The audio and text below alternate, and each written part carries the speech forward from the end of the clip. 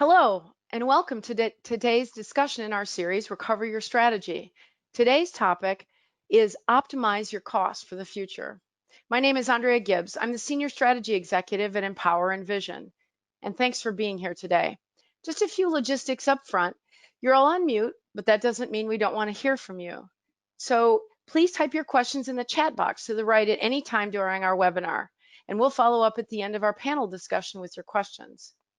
You'll receive a recording after the end of today's presentation. So if you missed something, don't worry, it'll come to you. And we also have one more virtual discussion coming up in this series, which I'll share more about in just a bit. So today we're going to talk about the stage we're all working towards in our professional worlds as we move through the different phases of re-entry from the pandemic. And that stage is recovery. We used this illustration in our last webinar, but it's pretty much appropriate for our subject today. How do you go from a situation that feels like isolation to a place of rebirth where you can spread your wings? So to kick off our discussion today, I'll be talking with two members of our leadership team. Dave Franklin, Vice President of IT at MPOWR. Hey, Dave, how are you doing today? I'm doing great, Andrea. How are you? I'm doing well, thanks. We're glad to have you here. Thanks for having me. And Bob Saiz, CFO and VP of Marketing at MPOWR. Hey, Bob, how are you doing? Andrea, it's a great day. Thanks for having me. I'm looking forward to the webinar and to sharing our thoughts. Great. I'm looking forward to spending a little bit of time with both of you. So thanks for giving us your time. Just as a note, we're also joined by Brittany Ray, our producer. She's making sure all the controls are as seamless as possible for you. So thanks to you all for being here. First, I'd like to start out the discussion with this graph, and it addresses the three most important elements that are critical in optimizing your costs and eventual benefits for your organization. It's a little bit like three legs of a stool. When you need to implement a new process, you'll need to ensure that both your people and your technology are able to support it. And same with the new technology. Having the right people who understand and can support the process will help you be able to do well with your execution of whatever it is that you're trying to do to optimize your costs. Not only are these three elements important to address individually, but their interdependency means true success comes when all three support each other, not only in cost optimization, but in the effectiveness of your organization as a whole. And with Bob and Dave today, I'd like to explore that effect and the effect that each one of these elements and their interdependence has on businesses and what we can all do to ensure costs are optimized to ensure performance. So Bob, I'm going to pick on you first. Let's start with you. Talk to us a little bit about technological tools and getting a return on your investment. How can you ensure that you'll get an ROI when you work on these three things together? Great. Thanks, Andrea. I think it's important first before I start to mention that cost optimization does not necessarily mean cost cutting or cost avoidance. Sure, that can be part of it depending on the situation. But optimizing cost is really, as this slide indicates, it's bringing together the people, the technology, and the processes to try to both impact the business in a positive way and create value within the organization. One of the things that I like to say is you can't cut your way to glory. And I think in my role, it's always important that I like to use an analogy maybe from football, that you have to play offense and defense. And sometimes it seems, especially in these recent times, that we're playing a bit more defense than we'd like. But even in a defensive time, you got to be thinking about what you can be doing from an offensive standpoint and how you can drive change and optimize your cost structure. Because again, we're not thinking about the short term necessarily. We are trying to, while we're making short term decisions, we are trying to keep a longer view in play.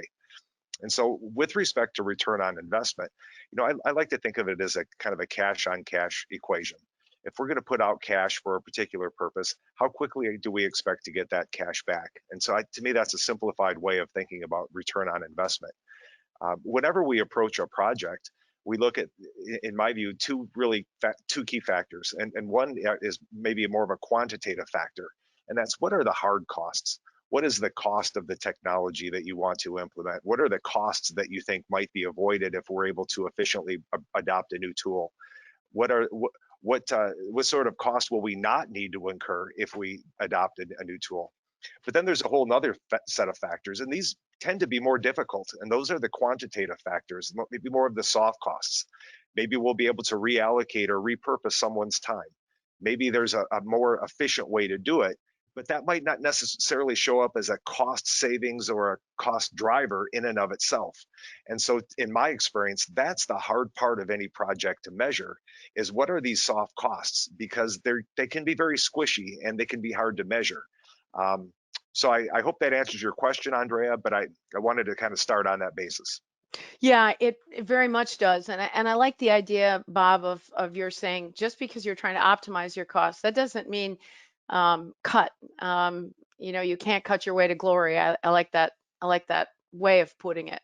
Um, Wonderful. So to go to one of the other legs of this stool, Dave, I'd love to hear your perspective. Can you speak to the people part of this three-legged process? How can you optimize the people and the technology to ensure that they work together?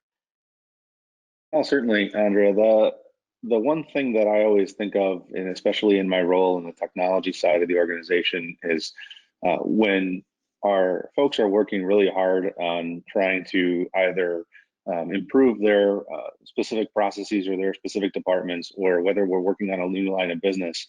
Oftentimes, you are trying to solve a challenge, and that is what one of the reasons why you want to look towards technology. And people really always like to gravitate towards technology first. It's shiny, it's new, there's fun things that we get to play with.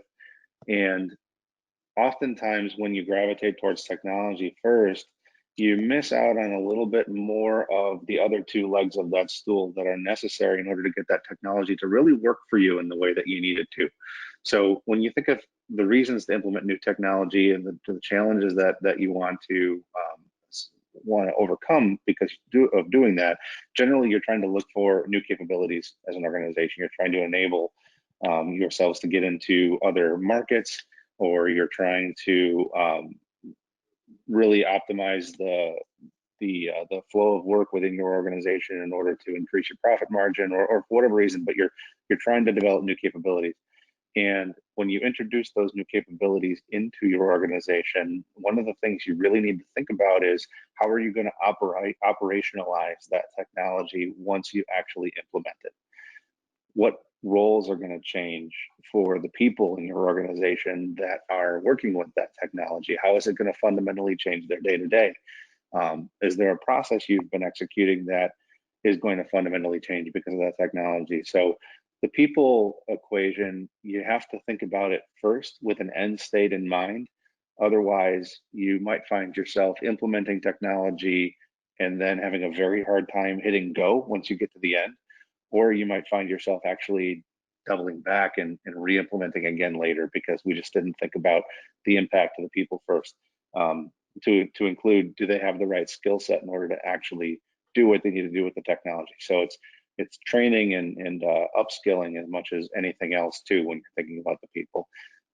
So that's really how I like to think about them all together. Technology is great, but oftentimes, even though people want to think about it first, it is the least important of the three. I like one time you said to me, and I really like the quote, tech is easy, people are hard. That's right. And so I like the way that you mentioned that tech is really, it's a tool, but if you don't have the right people that know how to use the tool, you can't go anywhere. Bob, you had also mentioned something, and I remember this earlier. You had talked a little bit about people with energy and drive. Can you speak a little bit to that? How you find that out? How do you know that you've got the right people from an energy and drive perspective? Yeah, great. I think it's just always important in a general sense to make sure that's one of our jobs as leaders, is to try to have the right people in the right seats.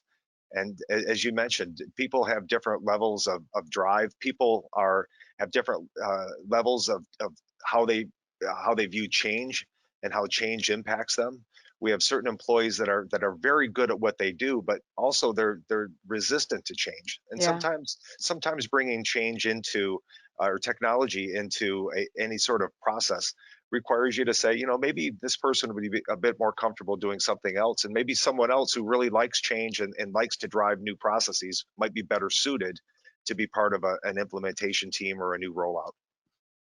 I think that's a great point. And just because you're not perfect at what you do, having the willingness, and I think that was the other word you used, the willingness and the eagerness to make it happen makes a huge difference. So thanks for that add. I have another question for Dave. In thinking about this sort of these process changes that have occurred throughout the time that we've been, you know, I'm sure you had a huge job in front of you when our entire company was thrown to home, so to speak, with the technology, making sure that they could work from home, making sure that things would happen smoothly, all of those things that occurred as a result of the pandemic. And it seemed to go smoothly for us. But I'm sure that there are examples where there are organizations that maybe had stumbling blocks, or they didn't know that things were happening as a result of that change. Do you have any sort of real life stories that you can give us about what that technology shift to home meant after the pandemic? Yeah, actually, one story does come to mind, and I guess I'll preface it by saying that nobody can properly prepare for something that happens once every 100 years. Yeah. Um, so we you try as we might, we plan the best we can, but you really don't understand what's going to happen until it gets there, and you really have to think very quickly on your feet and be prepared to make a lot of changes and make a lot of adjustments on the fly. So all of us certainly, while we appreciate it as smooth as we had it here, you know, everybody experiences their share of bumps in the road. But one of the stories that actually comes to mind is an organization I was talking to recently. They use a popular video conferencing system to do remote-based calling. Well, all of a sudden, all of their associates are remote, and so video conferencing becomes really important for organizations to be able to keep in touch with each other and feel like everybody else is engaged. And this particular video conferencing platform has a dial-in phone number to use for the audio. So if you don't have a headset or some other way to get audio through your computer, it's easy for people to join. Well, as soon as they started using that across their organization, they realized that they were spending tens of thousands of dollars a month very quickly in telecommunications bills, because one of the phone numbers that gets published is an 800 number. And people had gotten into the habit over the years of actually using the 800 number rather than the local telephone number to where they happen to be geographically to dial into the video conferencing software. So it's something that you don't even think about because it's such a small, minuscule cost in the day-to-day operations. But all of a sudden, as soon as there's this fundamental shift in how we're all working with each other, boom, that unexpected cost comes in. So those are also, good things that you can look for if you're trying to optimize. There might be little hidden things like that there that are really not that hard to change. A little bit of training changes some behaviors, and there might be dollars that are just sitting around there for people to take advantage of.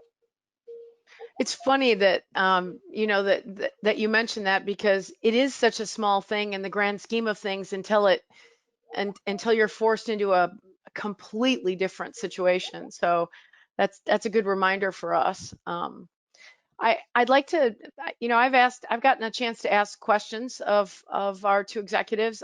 I'd like to turn it over to our audience from some questions for them. Brittany, can you take it over? Yeah, absolutely. Thank you so much, Andrea. It looks like we have a question here and a few more coming in. The first one, I'll direct it towards Bob. How might this whole process apply to not-for-profits? Oh, good question. I think I'd like to approach that in a couple of different ways. I'll start with the cost optimization side. And if you think about, sometimes small decisions can turn into processes unintentionally, or they can lead to unintended consequences. I think we've all been there. And so as you think about cost optimization, I'd like to tell a story that I heard earlier in my career from one of my mentors. And at the time I was working in a culinary school, and he was the president and CEO of the school. And he shared with me a story that one day some smiling students came to his office and they brought him a plate of hot sticky buns. And the way he told the story was, Bob, these sticky buns were so good. They were really good and I enjoyed them. And he said, but you know, a couple of days later, I looked and I realized I started seeing sticky buns on other people's desks. And then a week or two went by and I started seeing sticky buns everywhere. They were in all the classrooms. Everyone on campus was eating sticky buns. And then I realized, this is him telling the story, I realized, how much are these sticky buns costing us? How many sticky buns are we making every day?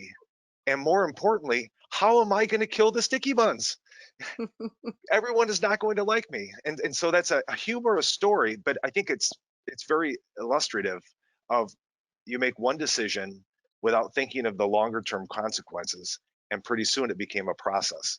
And he didn't want to be the one to short circuit that process. Switching gears now on the technology side, I think it's important to realize that nonprofits tend to be very aligned with cash and with their funding. Nonprofits also tend to have unique attributes. They tend to have volunteerism and other forms of attributes that maybe a for-profit company doesn't have. And so when you think about technology and a way to align a technology within the organization and a way to really drive change, they are in a position where quite often they can leverage technology through outside resources, through volunteers, through other forms, and really drive change within their organization that both helps them to optimize their cost structures, but also helps them to fulfill their mission. And you know, that's what they're all about at the end of the day. Thank you so much, Bob. I especially love the sticky bun story. I know I'm guilty of Me too. loving sticky buns too, so that's great. The next audience question I have here, I'll direct this one to Dave. Is it a myth that tech replaces people? Oh, that's a great question. You hear that a lot, actually, in media. We're going to lose our jobs to robots, or we're all being outsourced to a computer. It's interesting when you think about how technology is actually used in the workplace. The robot one is a good example, because certainly people who perhaps worked in the manufacturing assembly line have been in many cases replaced by the piece of technology that is now there to move that part from one side of the widget to the other, or to put in that bolt, or one of those types of things, because they can, of course, do it very efficiently, very precisely. They don't get tired, and they don't make mistakes. However, what's often not talked about on the other side of that is, what are the job opportunities that have been created in the technology sector because of the introduction of this technology. So now no longer are people put in harm's way with moving assembly line belts and machinery that could cause injury. Now they have an opportunity to move into other areas of that operation, perhaps even programming those robots to be able to do the work, because they're certainly not autonomous. They can't learn on their own. It requires humans to be able to teach them what to do. So the same thing applies in an organization that's implementing a new technology system. Certainly the tasks that people do may go away or may change because they're being replaced by process automation, or they're being replaced by something that this software, again, enables an organization to do with its technology.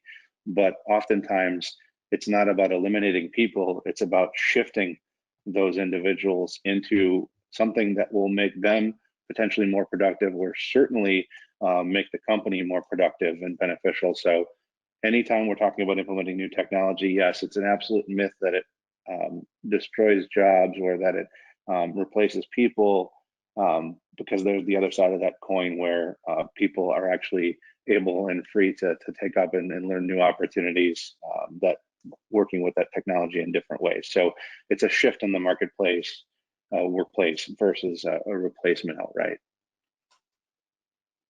Thanks, Dave. That's great. I've heard that before too, so thank you for clarifying. The next question from the audience is really great, so I'll ask this to both of you. What's one thing someone could do right away that would help put them in the path of cost optimization? Okay, Why don't you take this one? okay, I'll go ahead and start. I think a couple of things. I think that first of all, every business is different, and every business has different goals and challenges. And I think it's important to recognize that at the beginning.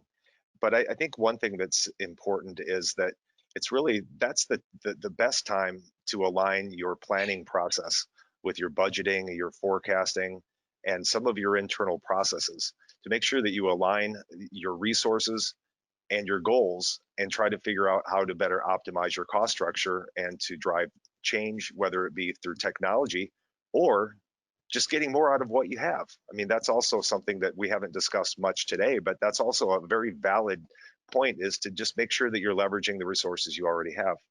I think it's important. I mentioned the budgets and forecasts, but I think it's also important right now, especially in a time where some businesses maybe are less clear, less certain about their top line growth or the revenue, cash collections, those sorts of things, that it's really a time to go out and leverage your relationships, time to talk to your customers, time to find out what's happening in their world, try to better understand what they're going to be looking for and how you can better serve them moving forward. It's a time to talk to your networks, wherever they may be, whether you're on LinkedIn or other forms of social media, to talk to people that might be in similar roles and understand that first of all, we're not alone. None of us, we're all going through challenges right now. And to talk to them and see what they're seeing in their business, and that might give you better insights as to some of the decisions that you want to make. That's a really great answer. I'm actually going to piggyback a little bit on what Bob said there, and especially the part about aligning your strategic priorities and aligning your imperatives across the organization. When you think about sometimes like a time like this, when of course a lot of businesses have gone through some very rough times, and they have to make some difficult decisions about what they're going to do and how they're going to stay in operations, maybe what their future looks like. When you think about all those things, many organizations will oftentimes become very protective about what they're doing. And in some cases, that's absolutely necessary. You have to make sure that you're making smart decisions, and you're going to be able to live to fight another day. But that opens up a ton of opportunity for those organizations that can really focus on what they're going to do in their market, to grow and expand. There actually is tremendous growth opportunity in a time like this, because not everybody is playing the game right now. And when you learn what you're learning from your customers, when you're learning what you're learning from your vendors, when you align those strategic priorities across your organization, when you make sure that you prioritize the projects that you have in the pipeline that are focusing on the most important thing to get you ahead, that's how you win in the turn, and be able to accelerate your business beyond that of maybe your competitors or the other markets. So definitely, this is an exciting time for those who can really pull that all together and take advantage of it. Thanks so much, guys. That looks like the last of our questions. I'll turn it back over to you, Andrea. Thanks, Brittany. I'd like to thank our viewing audience for those questions. I really appreciate it. Got some good answers, and I hope that they'll help you in the long term as well. So our panel participants today, both Dave and Bob and myself, and I'm looking at the screen and noticing that because I came in on Dave's link, my name is listed as Dave, but I'm actually Andrea Gibbs. And we're all contributors to our software division, MPOWR Envision. And we make a platform called MPOWR Envision that helps people plan for their futures. So if you work for a company, a department, or any group or organization that needs to execute future plans and stay focused on initiatives that'll help you achieve the vision that you have, MPOWR Envision is a software tool to help you and your team see results happen. And in an effort to help organizations recover as quickly as possible, we're offering our software free to new customers for the first 30 days. So you can use it to plan your re-entry and your recovery, and then your new renewal. Use it to help pivot or shift your strategy, or use it to execute optimizing your cost for the future. And if you need additional assistance in setting that strategy, take advantage of our limited time offer right now. We have a 40% discount off our fast strategy consulting, which is called 3 Goals in 3 Months. And that's with me. And again, my name is Andrea, not Dave. We shared an overview during our last virtual discussion of how we can help you use laser focus to make some realistic goals happen quickly. So cut through the noise and understand the specific goals you'd need to accomplish within the next, say, 90 days. Finally, we also have some resources on our website, templates to guide you, mission, vision, values, all of the things that you need to do to put through a strategic plan that has a solid foundation, and other critical elements of your strategic plan. Visit www.mpowr, spelled MPOWR.com. And we also have on that website a blog on the very subject we're talking about today. So please check that out. There's a lot of great information in there. And one more thing before we go, the next in our series about why you should use a strategy planning tool. We'll be speaking to 2 of our top people in strategy formulation and execution, Jeff Fehrenwald, who's our VP of Strategy and Execution, and Lauren Zaray, our Manager of Strategy Execution. So we hope you can join us. That's all for today. Again, Bob, thanks for joining us. It was a pleasure. It was a lot of fun to have you. And Dave, thanks for being here. Absolutely, anytime. Have a great weekend, both of you. And as they come up, have a great week, I should say. Gosh, I'm jumping ahead and it's only Tuesday. Thanks for all of you for joining us. Thanks for your questions and your contributions. Have a good rest of your day and stay healthy and positive. Goodbye. Thanks, everybody. Bye. Thank you. Bye.